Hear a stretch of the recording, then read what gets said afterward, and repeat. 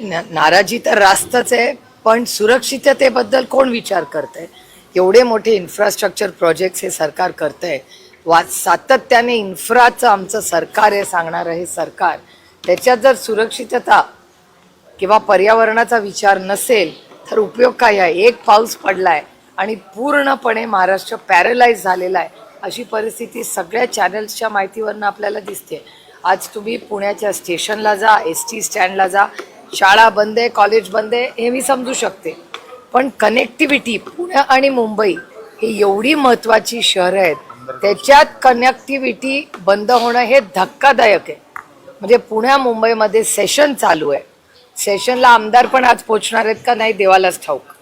आणि जर आमदार निघाले नसतील तर माझी त्यांना विनंती आहे, जाऊ नका, रिस्क घेऊ नका. पण जर आमदार खासदार लोकप्रतिनिधी विधान भवनला पोचू शकत नसतील, तुम्ही विचार करा, एखादी इमर्जन्सी असेल, एखादा डॉक्टर असेल, कुणाची फ्लाईट असेल, कुणाच्या शिक्षणाची कामं असतील, एवढी कामं असतात, त्याच्यासाठी कोणी मुंबई पुणे प्रवास करू शकत नाही.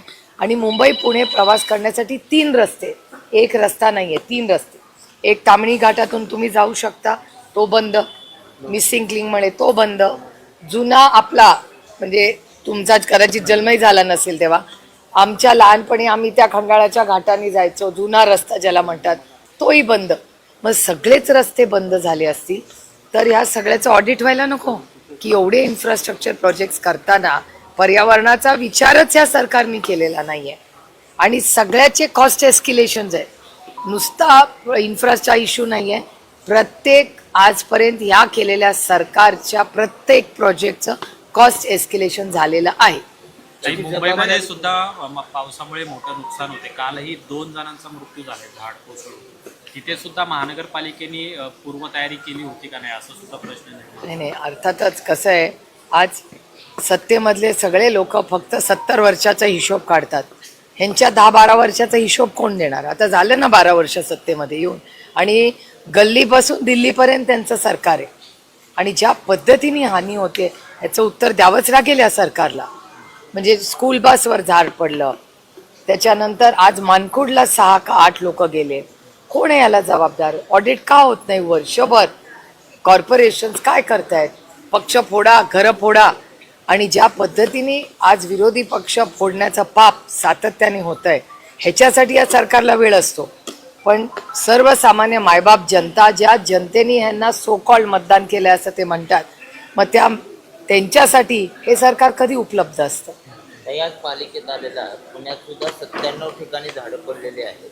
खरं तर हे सगळे जुने झाडं आहेत, मुख्य शहरातले आहेत. त्याचं सर्वेक्षण होणं गरजेचं होतं. पालिका नुसतं सर्वेक्षण नाही, अनेक ठिकाणी रस्त्याचं रुंदीकरण झालेलं आहे, त्याच्यामुळे अनेक ठिकाणी झाडं पडलेली आहेत. तर जेव्हा तुम्ही रुंदीकरण करता तेव्हा झाडांचं प्लॅनिंग नाही का होत?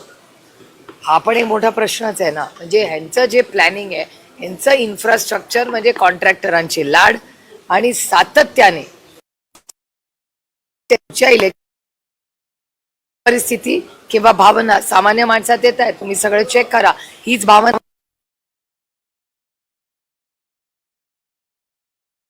नाही आलेल्या, पण सोशल मीडियावर सगळीकडे एवढीच चर्चा आहे. काही रोहित दादा सातत्याने आंदोलन करतायत, सरकारच्या विरोधामध्ये रस्त्यावर आहेत.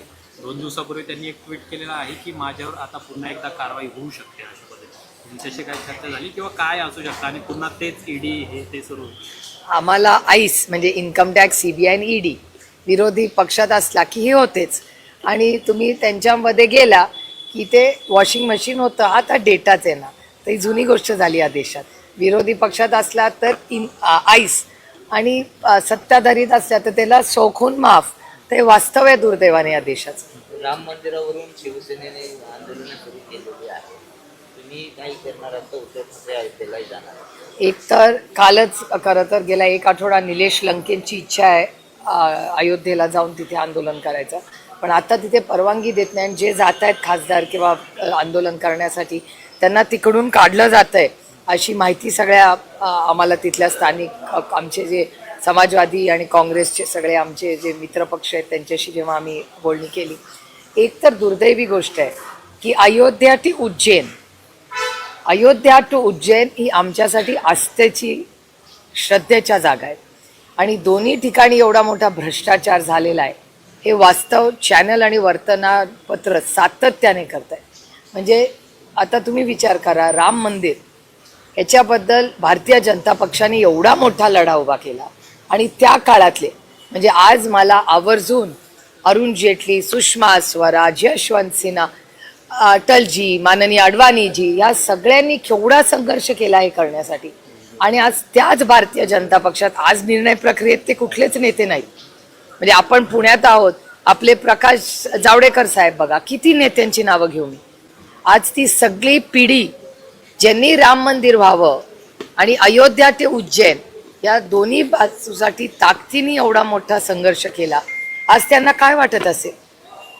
ज्या एवढा त्यांचं उभं आयुष्य विरोधी पक्षात असले तरी एवढा संघर्ष केला, राम मंदिर बांधलं आणि त्या रामाच्या मंदिरात जर आज भ्रष्टाचार होत असेल ते किती दुर्दैवी आहे मला सांगा. आणि पुन्हा मी म्हणते की उज्जैन, अयोध्या टू उज्जैन आणि मर्यादा, मला सुषमाजींचे शब्द आजही आठवतात. त्या प्रभू श्रीराम कधी नाही म्हणायच्या, त्या म्हणायच्या मर्यादा पुरुषोत्तम राम. मला अजून सुषमाजींचे शब्द ऐकतात. म्हणजे सुषमाजींनी आमच्यावर संस्कार केले, जरी विरोधी पक्षात आम्ही एकामेकाच्या असलो तरी आम्हाला सांगायचे सुषमाजी की सुप्रिया हे मर्यादा पुरुषोत्तम राम आहे. आता मला सांगा कुठली मर्यादा या सरकारने ठेवली. जर त्याच रामाच्या मंदिरात ज्याच्यासाठी उभं आयुष्य अडवाणीजी, अटलजी आणि सगळ्यांनी केलं, त्याच रामाच्या मंदिरात भ्रष्टाचार होतोय. आणि जेव्हा आम्ही सत्तेत होतो तेव्हा काँग्रेस राष्ट्रवादीच्या भ्रष्टाचारांना हद्दपार करू हे तुम्हीच दाखवलंय ना तुमच्या चॅनलवर. त्याचं तर काहीच झालं नाही. ते दोन्ही पक्ष फोडले, सगळ्यांना क्लीन चिट दिल्या. म्हणजे मग आमच्या कदाचित नेत्यांनी भ्रष्टाचार केलाच नाही ना. मग त्यांनी खोटे आरोप केले आमच्या नेत्यांवर फोडण्यासाठी, घर फोडा, पक्ष फोडा. आणि त्याच मर्यादा पुरुषोत्तम रामाच्या मंदिरात आज भ्रष्टाचार होतोय, हे दुर्दैवी आहे. आणि ह्याच्या विरोधात, कारण का आमच्या श्रद्धेचं स्थान आहे, आम्ही हे सहन करणार नाही. पण काल काही गोविंदगिरी महाराजांनी स्पष्टीकरण दिलं, पत्र काढलेलं, त्या संदर्भात काय भूमिका कसली? आम्ही वास्तव सांगतोय. आम्हाला जे वास्तव वर्तमानपत्र, टीव्ही, उत्तर प्रदेश आणि केंद्र सरकारचं जे वास्तव टीव्हीवर आणि वर्तमानपत्रात दिसतंय, त्याच्यात तुम्ही तर काल व्हिडिओ दाखवले तुमच्या चॅनलवर पैसे लपवताना. ते तर व्हिडिओ काही खोटे नव्हते, तुमच्या चॅनलवर पाहिले आम्ही. याचा अर्थ भ्रष्टाचार मोकळेपणे, दिलखुलासपणे चालला होता मर्यादा पुरुषोत्तम रामांच्या समोर. हे किती दुर्दैवी आहे. आणि मला विचाराल तर म्हणजे मला आश्चर्य वाटते की आमच्या श्रद्धेच्या स्थानामध्ये एवढा भ्रष्टाचार, चिची. याच्यासाठी नाही हो अटलजींनी आणि अडवाणीजींनी एवढा संघर्ष केला. गोविंदगिरी महाराज जे आहेत ते मंदिर उद्घाटनावेळी याचं श्रेय घेत होते. मात्र कालच्या त्यांच्या स्पष्टीकरणात ते असं म्हणतात की मी नामधारी कोषाध्यक्ष आहे, माझ्याकडे याचा कुठला हिशोब नाही, मी प्रवासात असतो, मी प्रवचन करत असतो. याचं उत्तर सगळ्यांना उत्तर प्रदेशमध्ये जे जे कोणी त्या प्रशासनात आहेत त्यांना ह्याचं उत्तर द्यावं लागेल. आणि हा पार्लमेंटमध्ये आम्ही ताकदीने हा इश्यू, आता पार्लमेंट सुरू होत आहे 20 तारखेला, आम्ही हा मुद्दा ताकदीने मांडणार आहे. मी इंडिया अलायन्सच्या मीटिंगमध्ये विनंती करणार आहे की इंडिया अलायन्सनी हा आमचा श्रद्धेचा आणि आस्थेचा विषय, अयोध्या टू उज्जैन मध्ये झालेला भ्रष्टाचाराचं उत्तर भारतीय जनता पक्षाला द्यावंच लागेल.